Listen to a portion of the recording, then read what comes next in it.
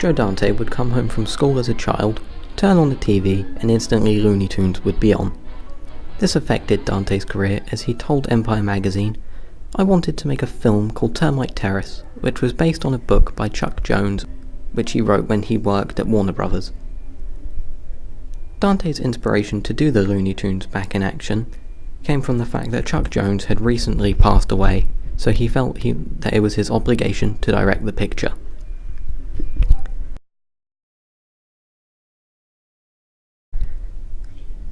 The script for The Burbs was submitted to Dante, and he took it on because when he was a child, his family moved around a lot, and whenever they moved, there was always the story of the strange family in the strange house.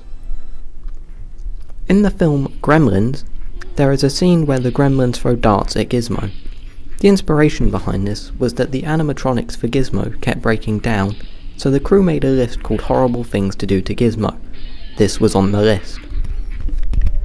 When making The Howling, Dante said, werewolves were thought to be corny, so he tried to make it appear like a slasher film, as they were more popular at the time, and slowly revealed the supernatural elements of the film. Joe Dante's films such as Gremlins, The Hole, and The Howling all use low-key lighting, and possibly chiaroscuro lighting.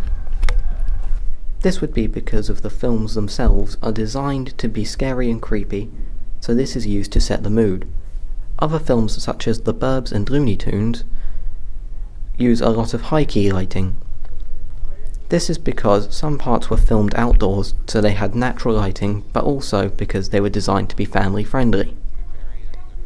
In the case of the film The Howling, the lighting is used to black out the werewolf when it is in the bedroom, thus creating a silhouette on the werewolf. This gives us no idea as to what the key features of the creature are, but we can clearly see that the creature is a werewolf. Joe Dante's films are normally set in quiet towns where nothing out of the ordinary would happen. They appear to be set in opposite seasons, such as different times of the year, such as winter and summer. This is shown from there being different props through the films, like in Gremlins, such as the Christmas lights on the porch and the snow in the streets, compared to The Burbs, which is set in the summer, being shown by the natural lighting outside and the green grass along with the sunbeds in Tom Hanks' garden.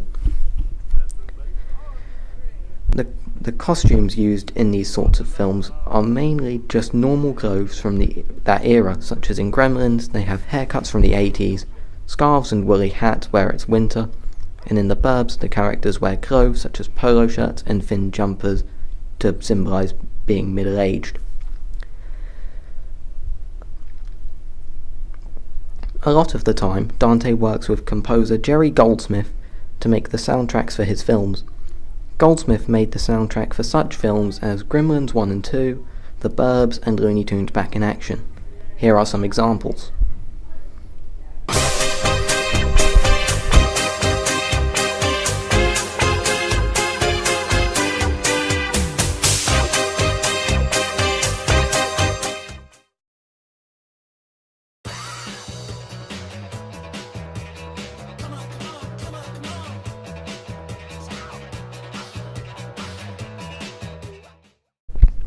The main link between these themes is that they all sound mischievous, which links to the stories.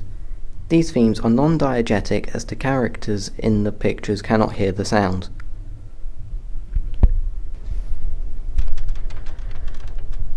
Dante likes to use a lot of high angles and low angles shots within his films, as well as small sequence shots.